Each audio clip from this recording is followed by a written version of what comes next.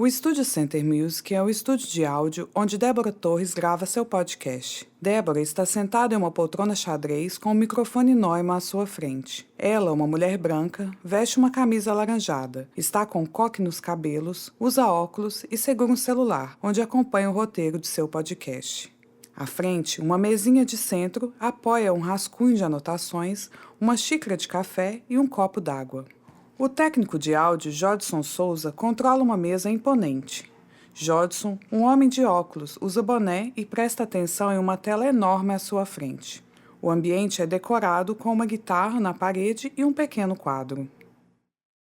Bom dia a todos, a todas e a todes. Meu nome é Débora Torres, eu sou produtora executiva teatral e cinematográfica com uma longa carreira em São Paulo e também no estado de Goiás.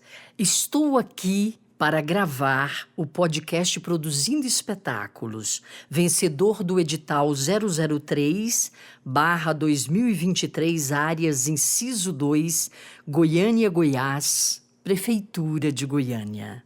Bom, o objetivo desse podcast, como diz o próprio nome, Produzindo Espetáculos, é justamente esse: ensinar os processos de produção de um espetáculo. O objetivo específico é, obviamente, formar novos produtores teatrais, aprimorar conhecimentos de quem já exerce na área, estimular alunos, pessoas, comunidades a entrarem no universo da produção teatral, mostrando os primeiros passos e oferecendo ferramentas para que estes, iniciados no fazer teatral, organizem suas ideias, transformando-as em espetáculos, em peças, contando suas próprias histórias com foco no ambiente em que vivem. Transmitir experiências ou aperfeiçoar conhecimentos para jovens, adultos, profissionais interessados no fazer teatral,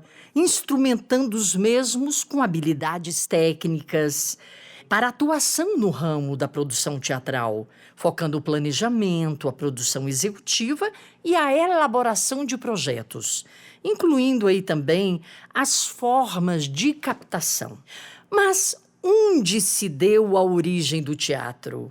O teatro, como todos sabem, é uma arte milenar que teve sua origem lá no século VI a.C., na Grécia, surgindo das festas dionisíacas, realizadas em homenagem ao deus da mitologia, Dionísio, considerado o deus do vinho, do teatro e da fertilidade. Mas a palavra teatro, como ela tem origem grega, ela significa lugar de onde se vê. Através de danças e rituais, nós sabemos também que o homem primitivo já fazia teatro para expressar seus sentimentos, sua fé e para contar histórias sobre a sua vida cotidiana. Mas afinal, quem foi que inventou o teatro, digamos assim, oficialmente? O primeiro ator da história foi um homem grego chamado Téspis, que em 534 a.C.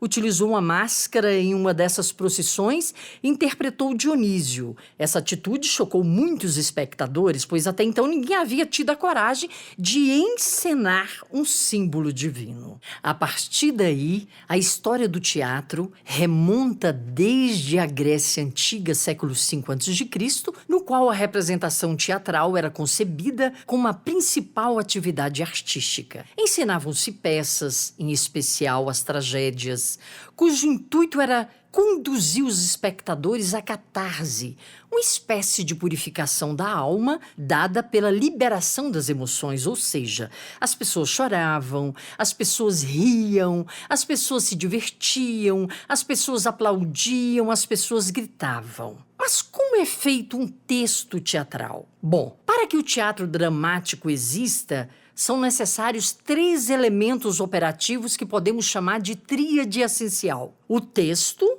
o ator e o público. Isto é fundamental.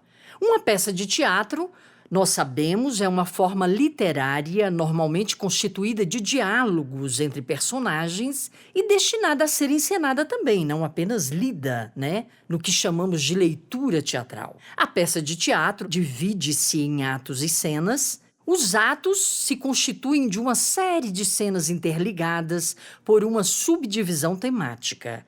As cenas se dividem conforme as alterações no número de personagens em ação, quando entra ou sai do palco um ator, por exemplo.